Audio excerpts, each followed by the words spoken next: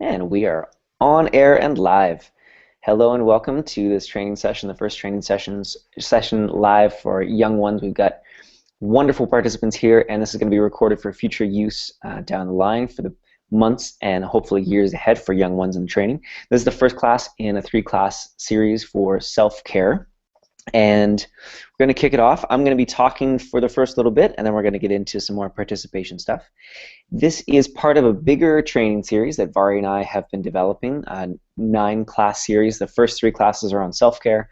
The second 3 classes will be on public speaking, and then the third 3 classes will be on leadership. We may change up the order, but the first 3 will be on self-care. So this training material comes out of work that I've been developing for a long time. I've been doing this kind of work for about 10 years. And my name is Will Carlos, in case you don't know me yet, and in case you're listening to this recording in the future. So the program itself comes out of a lot of work that we've already been doing together in Young Ones. We've already done a lot of in-person training. We've been getting down to what is it that you guys need as the volunteer team. And then we really realized we needed some kind of standardized training for you and for everyone that's going to be coming onto the team in the near future and in the far future, because we have an agenda. We're just going to put it straight out there. Vari and I have an agenda. We are grooming leadership moving forward. We really want to see you guys and other leaders that we may not even know yet step up into those leadership roles to really help young ones become even greater than it already is. So we're going to get into that in a little bit more detail. And we're going to start with, just give me one moment, I'm not used to using paper these days. The purpose of this class is for you to become really aware of your current self-care practice, and where you want to take that self-care practice to in the future. So whether you've dealt with mental health and addiction issues in the past or not, we don't, whatever the severity of those are, the advantage for you and for me as well is that we are consumer survivors. We know what it's like to be on the floor. We know what, that's my expression, to be on the floor, to be depressed, to be destroyed. We know what it's like to be in the trenches. And that's something that many people in the world will never know, or they may not recognize it as such. And so because of that, a lot of people in the world don't have a self-care practice. Or if you even say the word self-care to them, they think it's a woo-woo thing, or only for, wussies, or whatever language they use, and they don't recognize that they need to take better care of themselves anyways. So this material is created and compiled by myself with a lot of input from Vari and a lot of input from you guys as well. Just to give you a very quick idea of my background, I've got a lot of training in neuroscience, cognitive behavioral therapy, mindfulness practices, applied psychology. My work's been very influenced by Mark Waldman, who's a neuroscientist out of the US, John Assaraf, who's also into neuroscience and business, how it applies to business, Martin Seligman, Dr. Maxwell Maltz, and a lot of those have really influenced my self-care practices and what I'll be teaching you guys tonight. And if you want any references or books or studies or anything, just let me know how I can best support you in that. So I want to share with you guys the broad overview first before we get into any of the details, because I always find that's really important for me. Some people really like to jump into the detail, the how-to, just straight away, just give me the goods, the how-to. And other people really like that, broad overview, more of what are we really involved in here? What's the bigger vision? So I'm going to try to cover all that so that all of our learning styles can be incorporated. And if I miss anything, or if I move along too quickly, you have any questions, just type them in the chat box and I'll be able to get to those. So the context for this program. So I'd love for you guys to type in a little bit on the chat box, or even just think about it. What do you think when I say the word context? So when I say context, what does it make you think of? Like, I know it's a kind of a bigger word. We would use it in specific sentences sometimes, but to just say what is a context, it's more of a conceptual idea, and that's part of what this course is getting you to think a little bit differently. So it's not about having the right answer, as we do in school all the time, more about the inquiry of actually using your brain, as you and I do more than the average person probably. So what do I mean by context? So I'd like you to think of the context as, let's say for example you're in university and you're going towards a degree.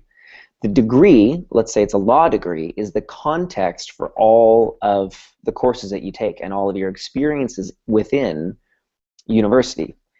And that might mean you have to take a Spanish course because you have a language requirement, but it's still going towards the end goal of having a degree in law. Another way to think about this is the old expression, it's just the water you swim in.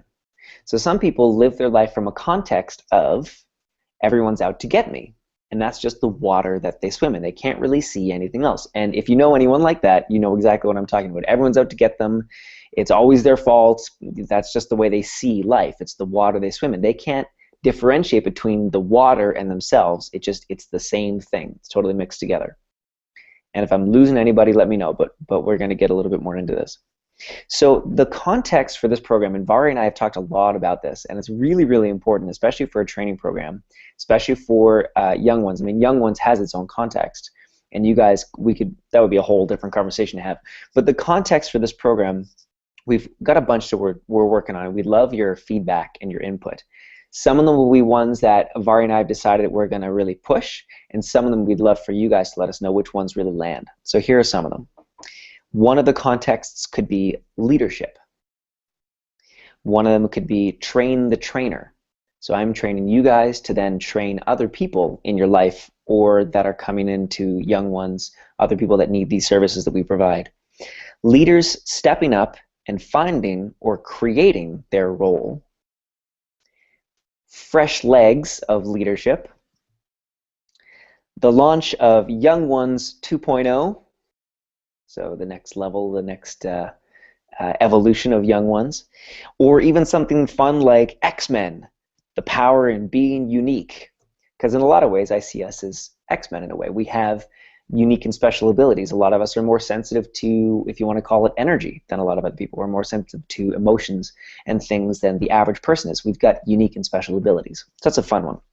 One that we really like, that we're definitely going to keep, is internal mastery leads to external impact. So internal mastery leads to external impact. So just from those ones, I'd just love, just type them in the chat box. Let me know if there was one or two that stood out for you. I'd love to hear from you guys on which ones those are. Because again, this is like the whole umbrella. This is what this whole program is going to go underneath. So we want to know where are you guys at and what are you guys thinking?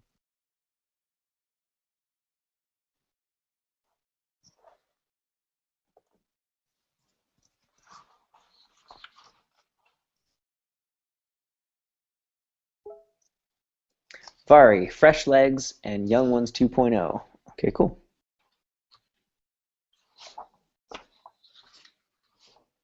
And if you think you're going to get away with not having an input, I'm just going to wait until you type.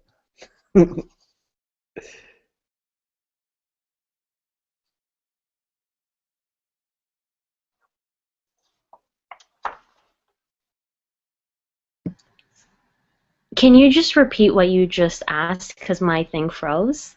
Oh, yeah, totally. So I was asking everyone, you're wondering why I'm just sitting here doing nothing. I was asking everyone to tell me which of the contexts that I read out. Did you hear me read the different contexts? Okay, so which one did you like the best, or just which one kind of popped out to you? We're not committed to anything right now. We're just kind of getting a feel for where you guys are at. Are we allowed to ask our own put our own contexts in there? Or does it specifically have to be chosen from those that you listed to us? One of both. If you have a new one, we could totally put it in the running. But if you have a new one, put it in the running, and we'll add it. And if nothing popped out, that's cool too. But if one popped out more than the others, let us know. But yeah, let me know the new one.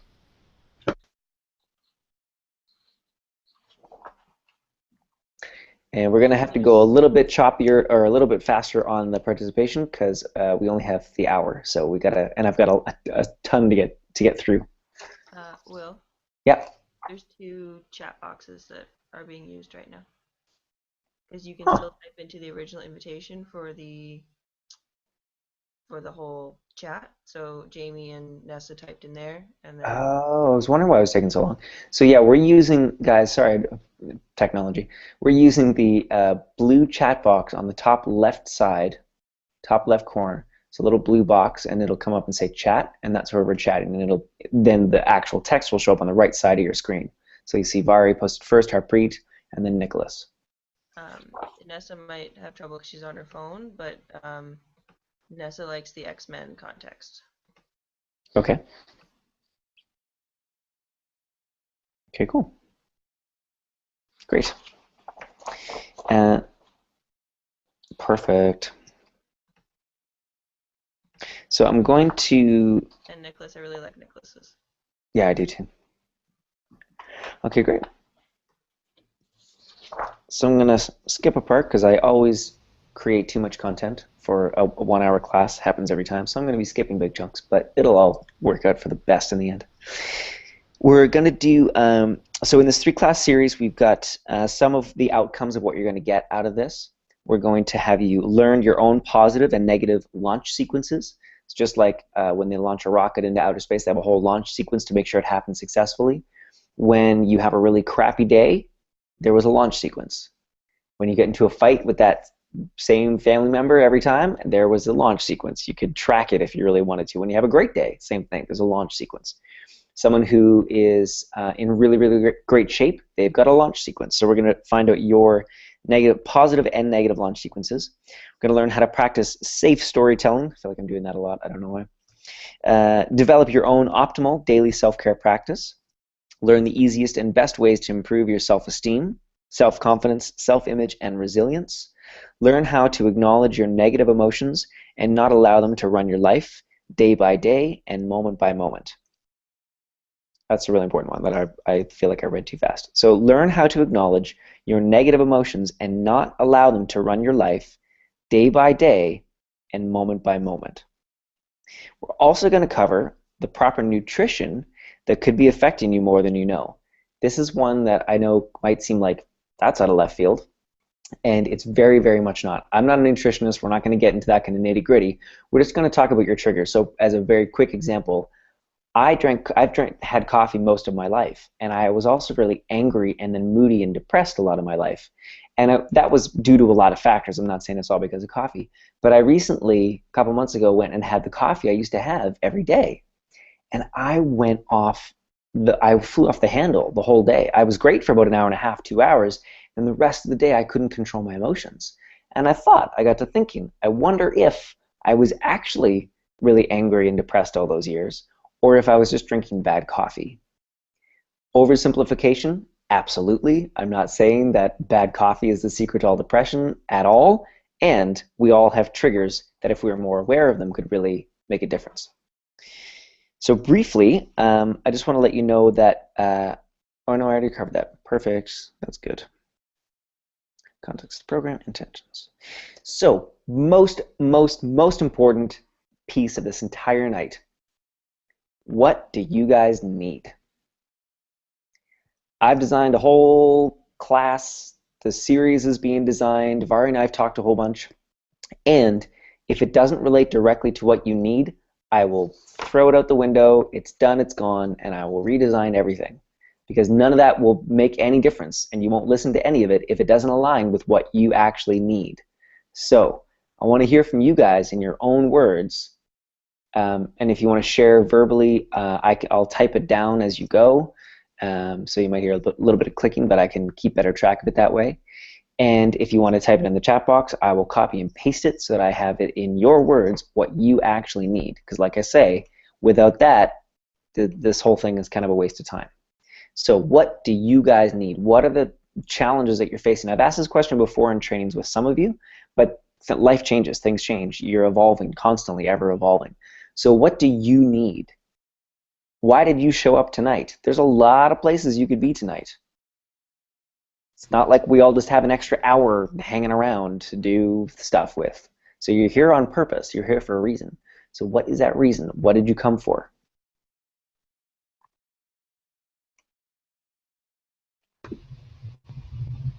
So I think I'm going to be sharing verbally, so I hope you don't kill me and start writing things down and getting angry at me for that. No.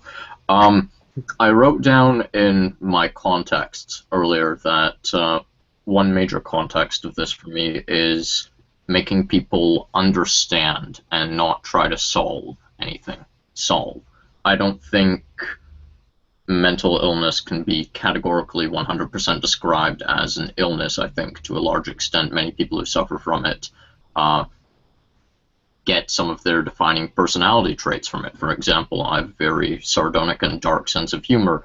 You can't say, oh, that's because he's ill, Nicholas suffers from depression. That's because that's just who I am, and maybe the depression has informed that.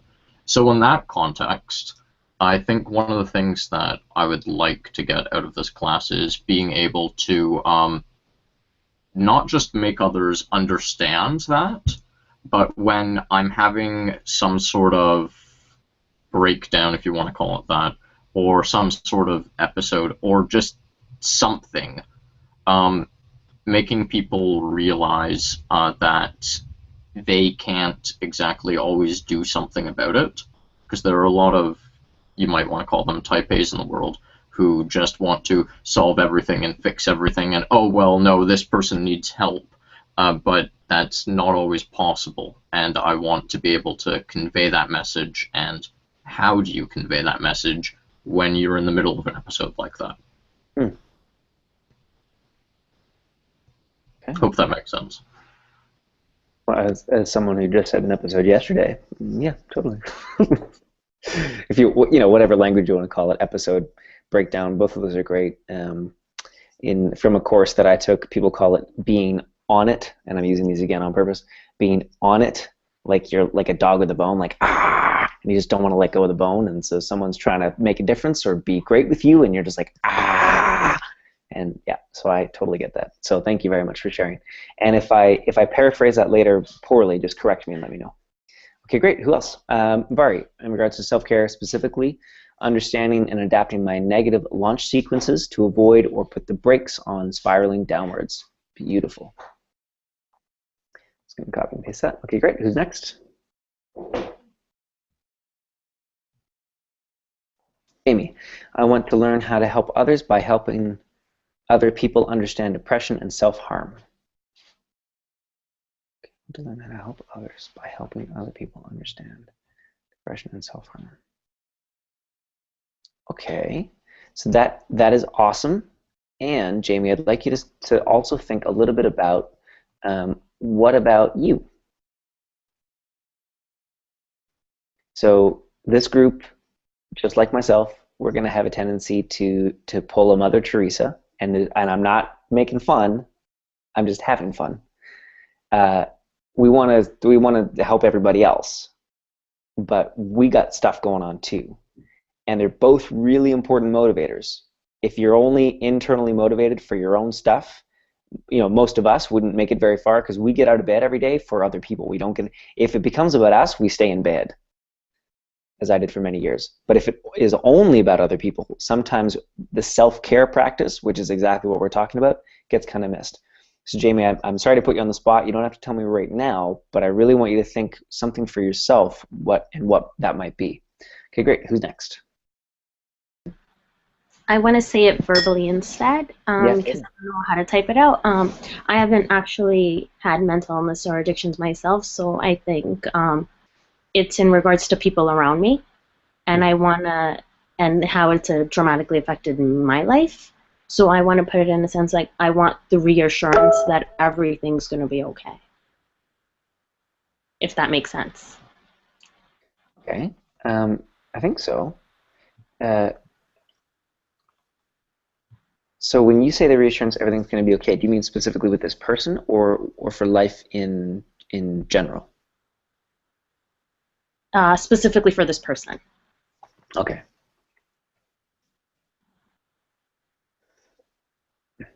And how about for you? I guess the same sense for me too. Like I want to make sure that whatever I go through, I hope that someone's there for me. Mm-hmm. Because I do a lot of talking, I guess, when it comes. I'm not verbally. I'm not good at writing it down. I feel like I'm better at speaking it and talking through it. So I want someone there for me, just so I know that they know I'm okay. Okay, so and the writing and speaking through it really works for you. Yeah. So Can that other person be on these calls? No. Okay. Just because I've started to read this a really great book. I don't have it in front of me right now, but it's about motivational interviewing, and I burst out laughing when it talked about the helper instinct, which you have and I have, and that's why we're all here. That we want to fix people, and I don't want you to have the burden, as I have many times in my life, to go through this course with the intention of fixing someone else who's not here. So I really love what you said, and I just wanted to highlight that so you can keep it front of mind, because what you stated is really beautiful, that you want the reassurance that everything's going to be okay for this person and for yourself. But really, it's trite to say, but the only person that you have any control over is you. Yes. And I can only work with you, and we can only work with you. So we can definitely work on for you to have the sense for you that everything's going to be okay, and you having that will for sure rub off on that other person. But I just wanted to kind of make that distinction. Okay, great. Understandable. Great. And if I paraphrase anything ever incorrectly, or I put words in your mouth, just say, whoa, stop it. You just put words in my mouth, and then correct me. Okay. Okay, great. Thank you for sharing. And Nessa says, I want to gain more knowledge about self-care and finding balance as an individual and professional. Okay, great. So the next really crucial part of this, and I need to know from everybody, and I think we'll make a part of the homework so we can get through a bit more content tonight, is what will that look like specifically? Something that I've had a challenge with in training for young ones especially is getting specific. When I take business courses or I train people in business or fundraising, they go, I want to raise $10,000. Okay, awesome. We can break it down. What do you have to do to accomplish that? In what time frame? And for you and I, we say things like, I want to help people. I just want to help people. It's like, pull out my hair because I can't coach you on helping people. I can coach you on, I want to reach 10 people this year and be there for them every time they need it, and be an emotional bedrock foundation for them. You know, like it starts to get at least quantifiable, specific, something we can measure in space and time, so we can know at the end of these 3 classes, and if you're here for the 9 classes, if we've accomplished that goal or not. Because otherwise, we're just here having a good old time. So I really want you guys to think about that, and I'll put it in the homework so we can do a bit more content. And what you guys have stated is really great. It's a perfect starting point. We just need to get more specific. Okay, so I'd like everyone, or actually, if you need just a moment to write down any thoughts, do that real quick. And then we're going to do a quick little exercise together.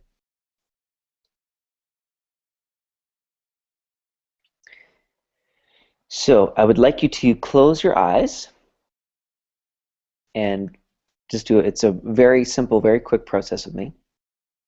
I'd just like you to imagine that it is either January 27th, February 4th, which will be the end of this first 3 call series, or it's the end of the 9 call series, which will be in about 4.5 months from now, or it's a year from now. Or if you really like and you really love going far out there, you can go 3 years. That's fine. But pick a time in the future. And these goals that you've been mentioning and that we've started to outline, imagine that is completely fulfilled. Imagine that if you had that as a thing to do before you die, that you could check it off with the biggest check mark ever, and you just feel amazing, like you nailed it. How would you know that it was done?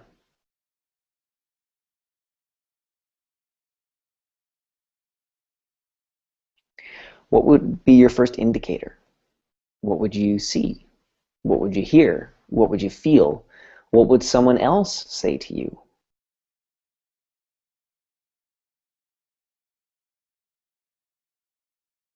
External indicators are fine. Sometimes you know the moment you made a change when someone else says, hey, have you been working out at the gym?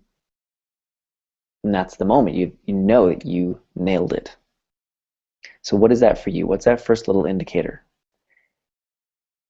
And how does it feel? Does it feel juicy? Does it feel solid? Does it feel exciting? Does it feel just warm and fuzzy, like everything's just perfect?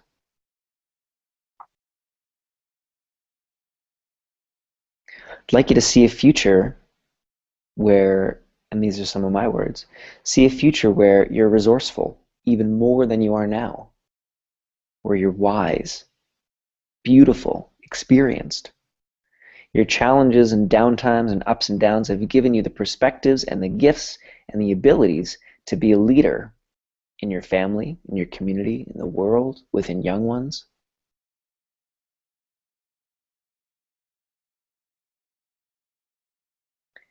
And you can keep in mind this quote from Elizabeth Kubler-Ross as you see this future where your goal and your intention are completely fulfilled.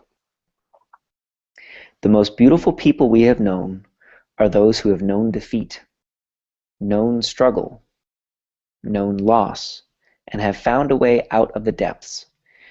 These persons have an appreciation, a sensitivity, and understanding of life that fills them with compassion, gentleness, and a deep, loving concern. Beautiful people do not just happen. And you, beautiful person, you did not just happen. You got here by a series of steps, and you have achieved this goal because of the person you've become. So you can open your eyes any moment that you like and write down what you got out of this. Write down what came to mind. What was that indicator? What was that feeling? What are you left with? What really made an impression from that very quick, very simple exercise?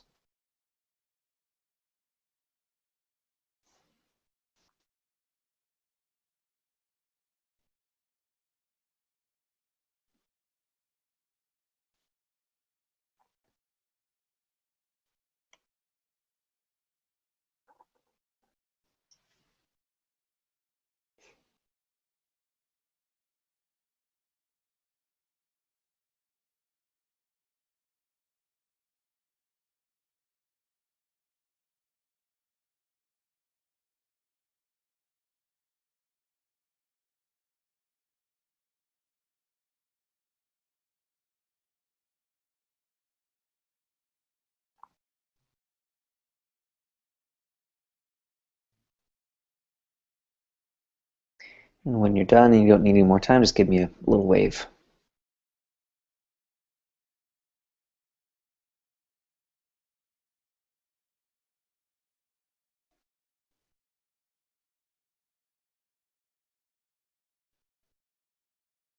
Cool. Okay. As far as done. If you need a little bit more time, that's cool.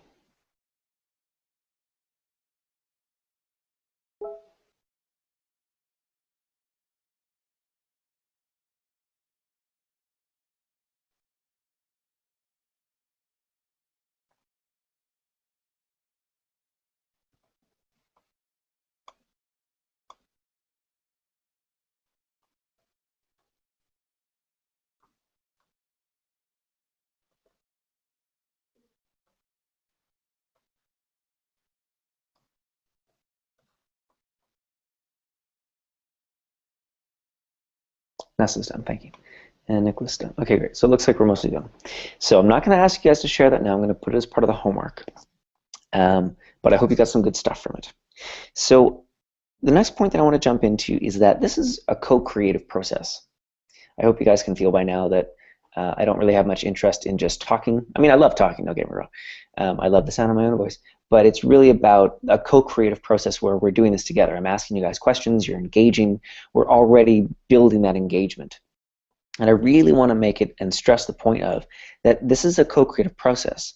And unless you engage, nothing shifts, which you guys are already engaging beautifully. I'm really happy actually with how great the sharing's going and everything.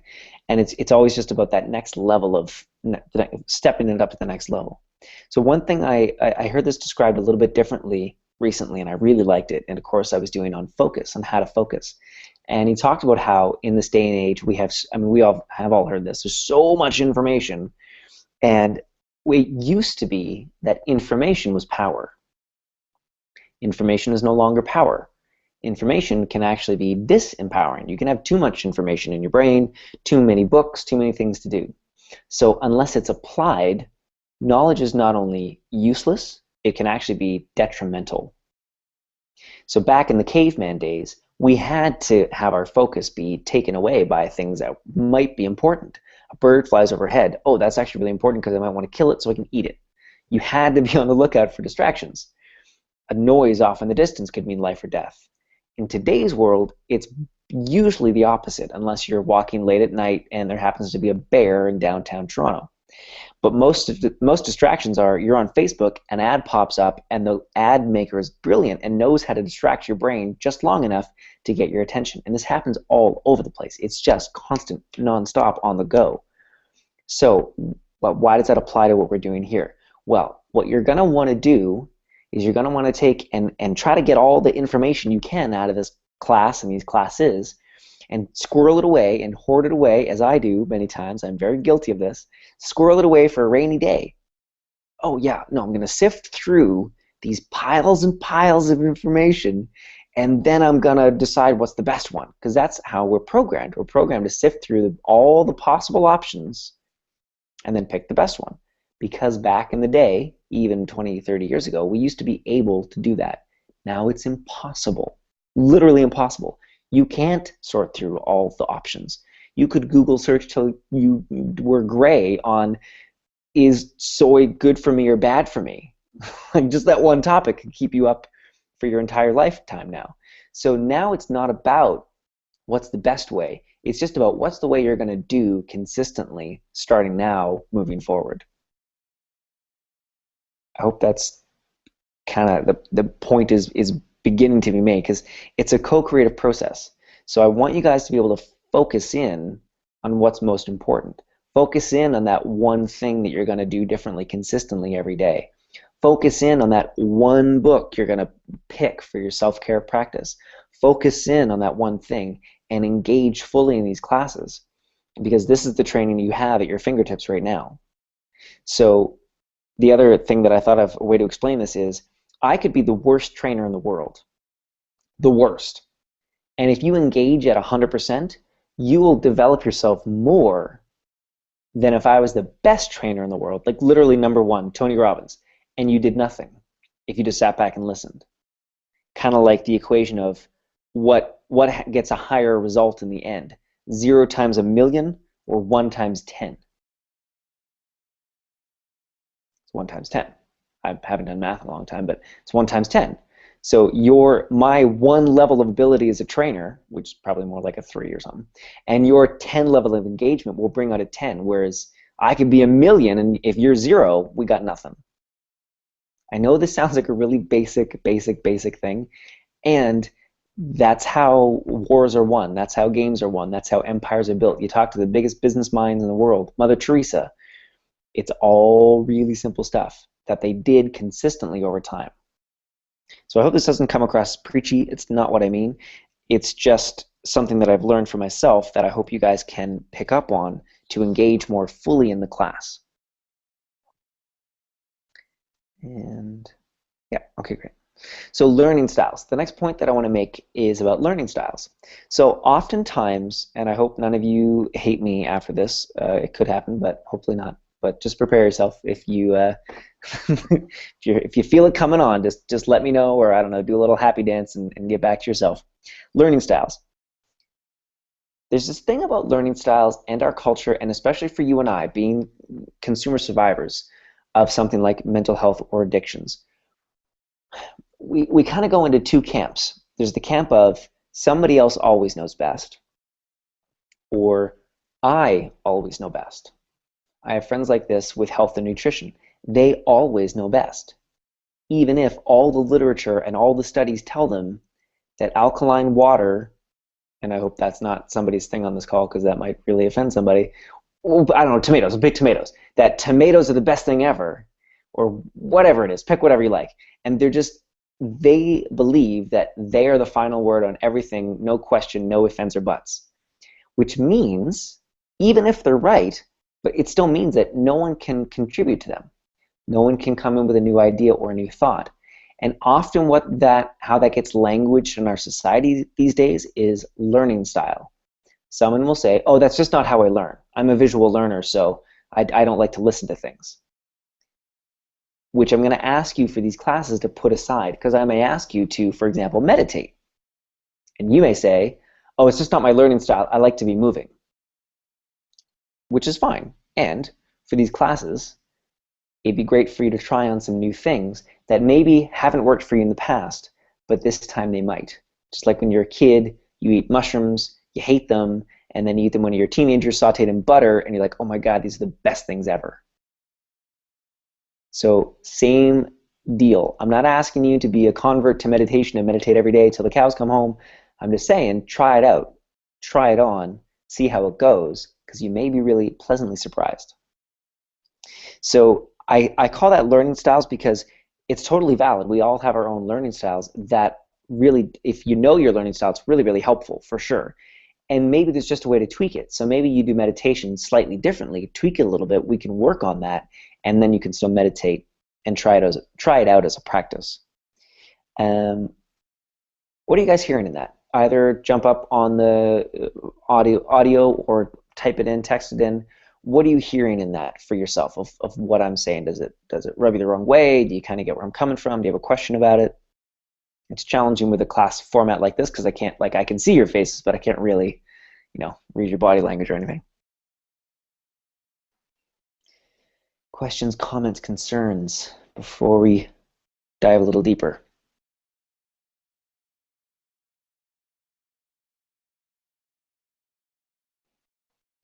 Nothing. Radio silence. Okay.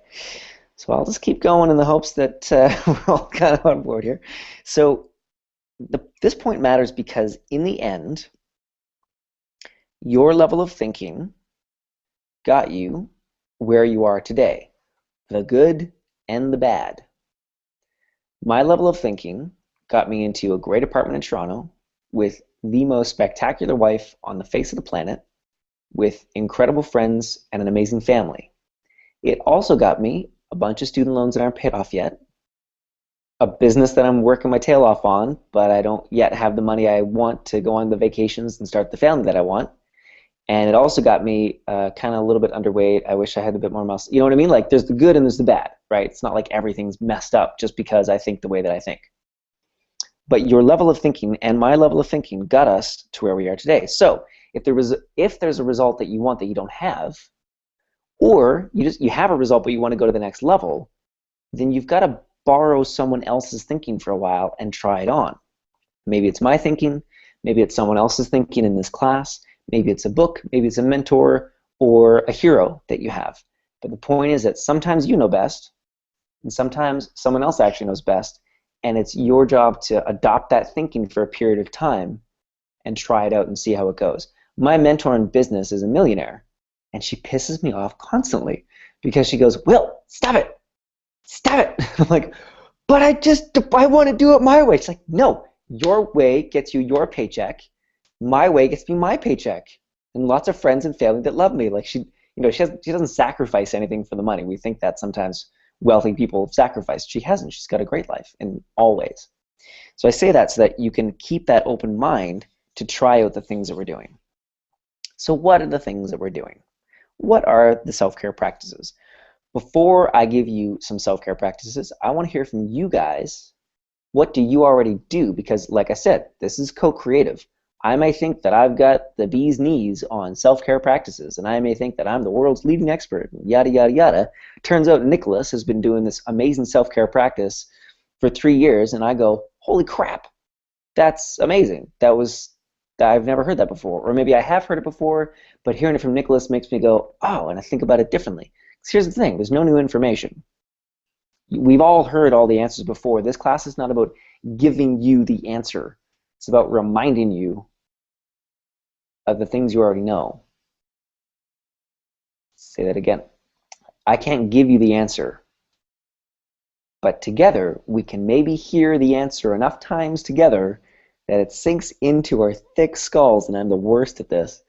I've got to hear like 20 people tell me the same thing before I do it. But then once I do it, I don't let it go. So, Nicholas, I go for a walk. Perfect. I hadn't thought to put that on the list for whatever reason, and that is a beautiful one. Walk. What other self-care practices do you guys already do? And here's the thing. It doesn't have to be something that you always remember to do forever and always. Sometimes we forget. Like, there are things that I know to do that I forget to do when I'm in the thick of things. Part of the brilliance of this course is going to be that you'll just be more likely to remember to do them the next time that shit hits the fan. Yesterday I was having, as Nicholas put it, an episode. Really challenging day, one of the most challenging days I've had in a long time. And my wife gave me a letter that I wrote to myself called Will's Intervention Letter. Try that on. A letter to myself to say, Will, I get it. Shit sucks right now. Your life sucks and you hate everything.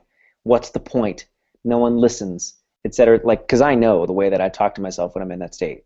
And here's a list of things to try, because you promised, for me personally, I promised God that I wouldn't suffer. You can be wherever you're at with spirituality. This is not a spiritual course or a religious course or anything, but that's a promise that I made. So, since you made that promise and you got a beautiful wife who wants to be with you, you have to do these things now. I got out of my funk. So we got some more things here. Hot yoga. Yeah, love it. Yoga. I'm just going to put yoga as an umbrella, but I love it. Nicholas said, nice. Vari says, go to bed early, take a night off from schoolwork. Yeah, rest. I take a nap. As long as I've got my crucial things for the day done, I take a nap. That's what I did yesterday, actually. Before I read I took the nap before the intervention letter, and then I didn't even really need the intervention letter. There were other things that I did, but the nap kind of really gave me a good reset. Jamie, I play with my hamster. Absolutely. Pets and nature. Forgot to add that one. Pets and nature. Brilliant. Anything else, guys? We're going to move a little bit faster, but anything else? I'm just going to read off some of them. This is going to be part of your homework to look at these. I was going to do the self-assessment with you guys during class, but I think I'm just going to give that to you as homework. Some of you have done that self-assessment before, and things change. You've evolved. You're a completely different person now than you were before. So it'd be great to take it again, look back on what you wrote before, and I'm going to ask you to send me the self-assessment as well as the homework I'm going to give you around this. So I'm just going to read off some of these right now, and it may spark some neurons, and you can think of some other ones. Journaling, meditation, affirmations or mantras, a hot bath, touch yourself. I love that one. Get your mind out of the gutter.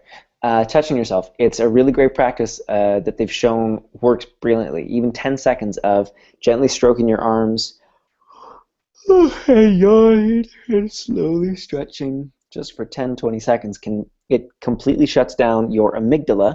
Your amygdala is that reptilian part of your brain, a little pea-sized part of your brain at the top, which when we have an episode, that's what's happening. The amygdala is like a reptile, and if this image works for you, it's like the reptile goes chomp and shuts down your brain. You're in survival mode, fight or flight or freeze response. People think there's only two, but there's actually three. You can either fight, you can run away, or you freeze. Because reptiles, there's a lot of reptiles that just freeze.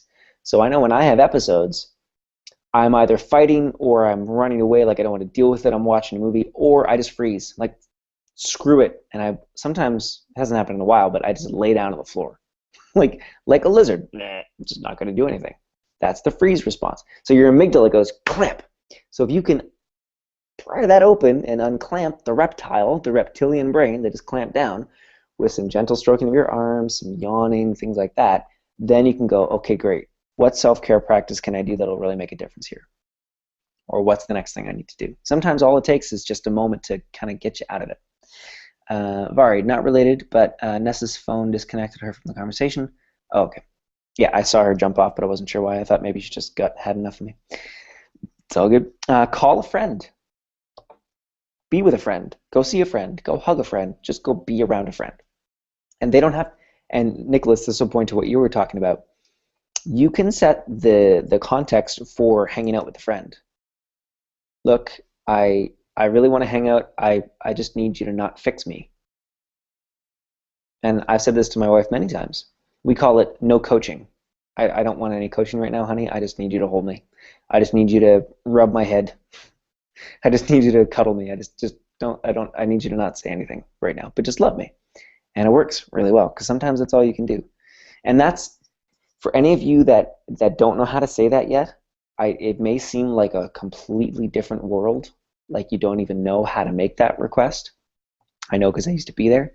And it's just practice. It's like any muscle, being able to say, this is what I need. I just need you to stop talking. Hold me. It's just a muscle. Dance. Man, dancing every day to just one song will make a huge difference in your serotonin levels. That is some of them from the list. We're going to add to that as we go. Anytime that you get another idea for that, pop it in there and we'll add it to the list. Okay, so I'm going to ask you in your homework to, it's so funny, I haven't used paper in so long, I'm getting so lost in like 12 and 13, it's so weird. Everything's always on the computer. So I asked you for what they are. Now I'd like you to, from that list that you're going to get the full list, or you may already know some, I'd like you to add 3 new self-care practices. So from the ones I read out, oh, Nicholas, doing funny impersonations. Yeah, love it. Be silly. Next time you're mad, try jumping up and down on one foot from a chair and yelling fire. And try to stay mad. It's really funny. Or next time you're angry, try to think of a T-Rex making the bed. I saw that as a meme once. It's so funny because it can't. His arms are too small. Anyways, being silly. It's a great way to change your state. So I want you to pick 3 self-care practices, and I want you to do them daily until our next class, which is in 2 weeks on January 20th. Most of these take 2 minutes or 5 minutes, and a lot of them you can do while you're doing other things. So time is no excuse or hang-up. It's really just about building a habit. This is huge. We're all going to say, I don't have time. How long does it take to yawn 3 times? Would that take 10 seconds? It's a self-care practice. I feel a little bit better already. If I did 10 of those, I'd feel even better. So it's not a time thing, it's about building a habit. This is so crucial that we could do a whole class on this, and for now I'll just ask you, how important is that goal that you defined? That goal that you stated before, that we're going to make even more specific and juicy. How important is that to you? It's a question I should have asked before. To rate it on a scale of 1 to 10, how important is that to you? I'm going to add that to the homework.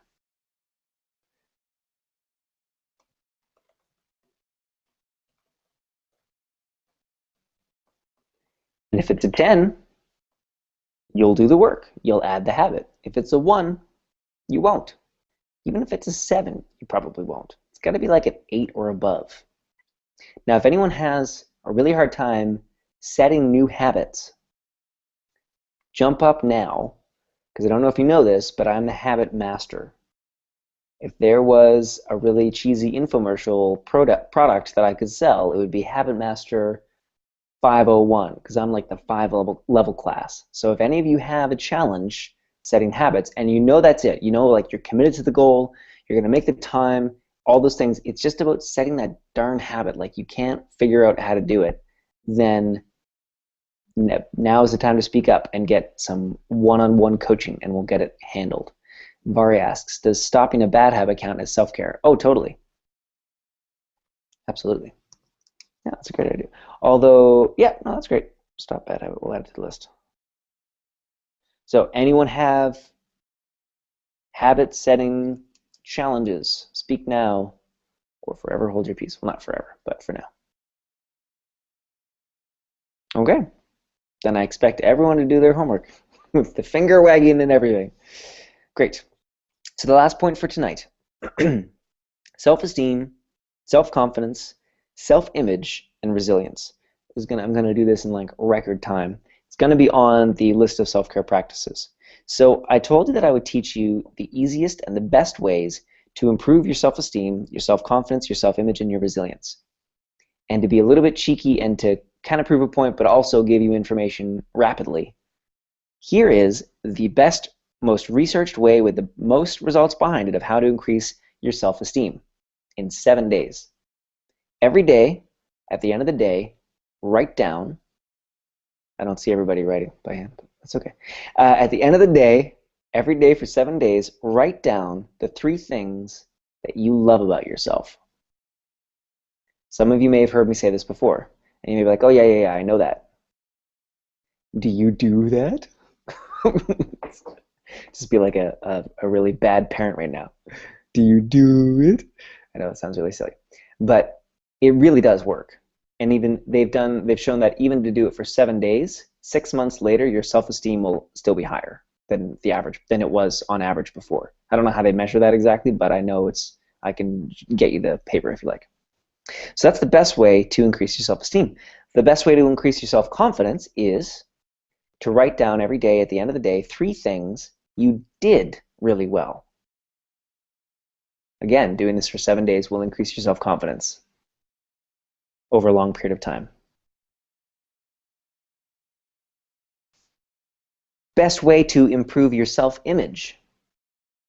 This one is not researched by science. I have just found it and seen it in my own life with my own clients that have paid me, $1,000 or more for programs.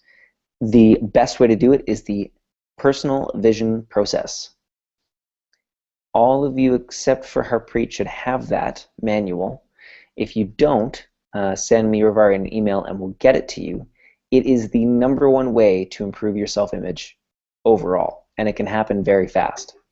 In some areas it might take a little bit more retraining of the brain, but it really is a simple process and a very effective process. #1 way, I know I'm going really fast, but the #1 way to improve your resilience is to be around other people, not too much, not too little, just enough. This has huge impact on your resilience, your emotional resilience, your physical immunity, your body. Get 7 hugs a day. That's one of the best ways to improve your immune system, your mood, your everything. 7 hugs a day. Best way to increase your resilience is to be around other people that you like. Now, you don't want to go too far and be around other people all day long, because for a lot of us that's exhausting. So you're finding that right balance. But if you're finding your mood's getting a little wonky, you're probably just not getting out enough. Also, the other way that I found, again, this is not, although there is research on it, I just haven't found it personally, is having a purpose. The happiest I've ever been is when I have a really big purpose. When I was getting married, getting ready for my wedding, I was crazy happy. When I was doing the Local Leaders Global Feeders program, which was that was a long period of time for me, designing that program, delivering it, so many big challenges, and I was so happy like you wouldn't believe. Today I've been crazy happy getting ready for this class. Every time I do work on this class to prepare the materials, I am so happy because I have a purpose. Making my wife happy, I have a purpose. Having a purpose that's bigger than you, that includes other people, which is something this group is really great at, is one of the best ways to improve your emotional resilience and just your resilience when it comes to challenges in life. So we can go into more detail on all those things, but as an example, you've now learned it. You now know it, which doesn't do anything, as we've talked about. If you wrote it down, your chances are much more likely that you'll do it. If you schedule it in your calendar, it's even more likely. And if you add it to your self-care practices to do every day for the next 2 weeks before the next class, then you're totally going to see the benefit and the result. But you'll see what I mean, or you probably already know what I mean. It's you're intelligent people. But learning doesn't really do anything. We have a wealth of information. We're coming full circle as we finish up the class here. We have so much information. You could take anything that I've said tonight and go online and Google search and get books from the library and till the cows come home. And it won't change anything in your mood, in your emotional resilience, in the things that you said that you want to get out of this class. Google searching won't do anything. Action every single day, consistent action, will The only thing on the planet known to actually cause a result or make a difference is consistent action daily over time. It's so boring. We all really want the sexy, how do I learn the language in 20 minutes? And that's all fun and cool stuff. And no one ever made $1 million that way. There's all these get-rich-quick things, or lose 10 pounds real fast thing. But unless it's a sustainable habit, you won't do anything. Preach is done. Preaching moment is over. So as we wrap up, I just want to hear from you guys. What did you learn tonight? What sticks out? What sticks in your brain? And either jump up on the audio or type it in there. So what did you learn from tonight? What sticks out?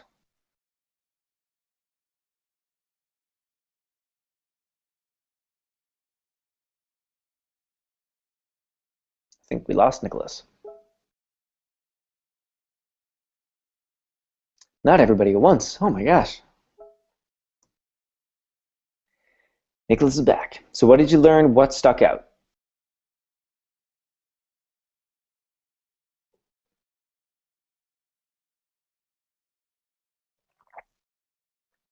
Nothing? Uh-oh. That's not good.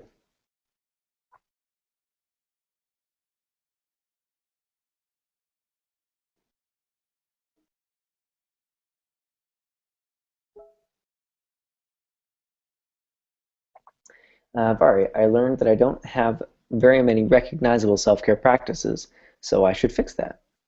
Cool. Fix or change whatever language has you beat yourself up less.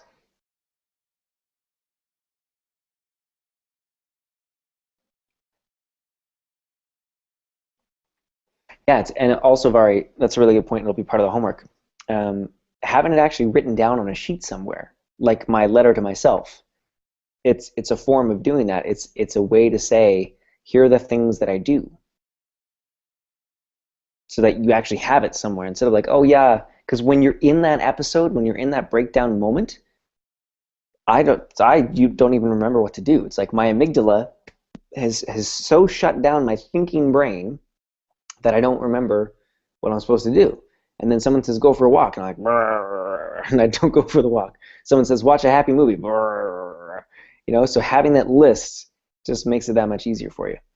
Jamie, I learned that simple things like being silly for a few minutes can help cheer me up. Absolutely. And you've got such a good silly face. I've seen you make a silly face, so. Great. Nicholas and Harpreet.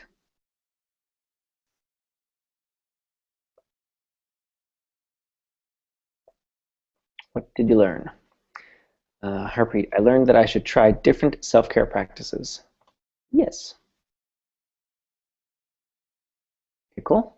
Nicholas, anything for you? Going once, going twice. Type it in if you want to, or forever hold your peace. Next, what would you like to be acknowledged for? What did you do well? This is something that we have a really hard time with sometimes. What did you do well during this class? It's totally subjective. No one's going to tell you you're right or wrong. So for me, and you guys could disagree or not agree, it doesn't matter, I feel I did a really good job of checking in with you guys and asking questions more than I usually do. I usually steamroll a bit more and talk even more than I talked during this class. But I feel I did a pretty good job of checking in and asking questions. And I'm not asking for you to say yes or no. That's just an example of what I would like to be acknowledged for. So what would you like to be acknowledged for of what you did well during this class? And Nicholas, I temporarily dropped the call, so I don't know. Oh, sorry, Nicholas. I was just asking, what did you learn, or what stuck out for you in this class? What are you going to take away that you can already identify that you learned in this class? And then for everyone else, what are you going to acknowledge for yourself? What did you do well? Did you keep your focus and attention better than usual? Were you more loving than usual? Were you more open than usual? What would you like to acknowledge yourself for?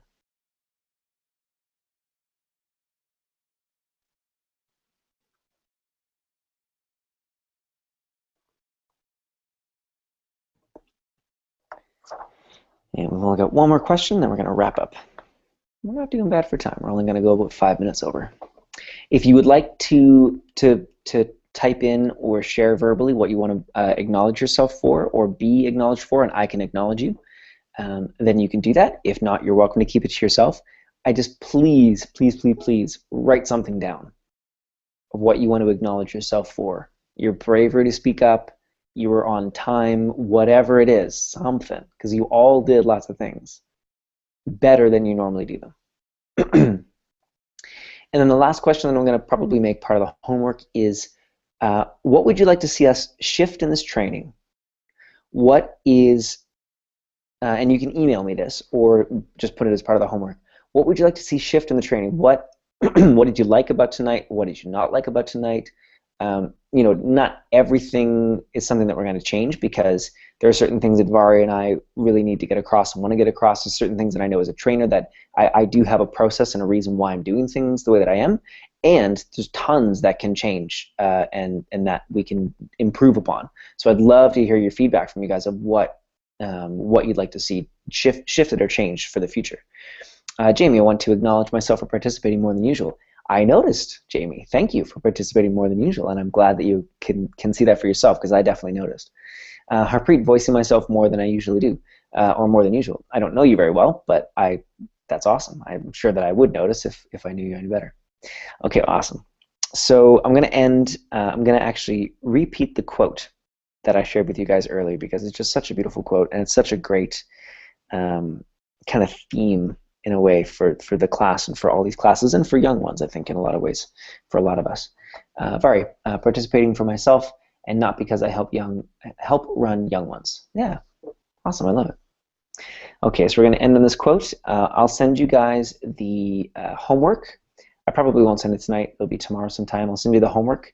I'll send you the self-assessment, the self-care self-assessment sheet, and I will send you the these couple questions and the things that we added on as homework for tonight, and you can, and I'll give you a time frame of when to send those back, and then our next class will be on the 20th. Vari just asked if it could be 19th or 21st, but we'll have to talk about that because I haven't looked at a calendar. So I'm just going to end on this quote, and yeah, thank you guys very much for being here tonight. So the most beautiful people we have known are those who have known defeat, known struggle, known loss, and have found a way out of the depths. These persons have an appreciation, a sensitivity, and an understanding of life that fills them with compassion, gentleness, and a deep, loving concern. Beautiful people do not just happen. Cool. Would anyone like to share or say anything to complete the class, feel awesome, and move on to the rest of your evening? I just want to say thank you. If you guys all want to unmute for a sec, and whatever you'd like to say, now's the time. Thanks, Will. Thank You're you. welcome. You're welcome. Thank you.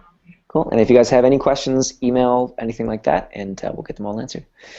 Thank you, and have a really great night. And the recording should be up later on. Okay, Bill, can you send me a link to it when it's up? I will, yeah. Thank you. Okay, cool. Bye. Thank you, guys. Good night. Have a good night.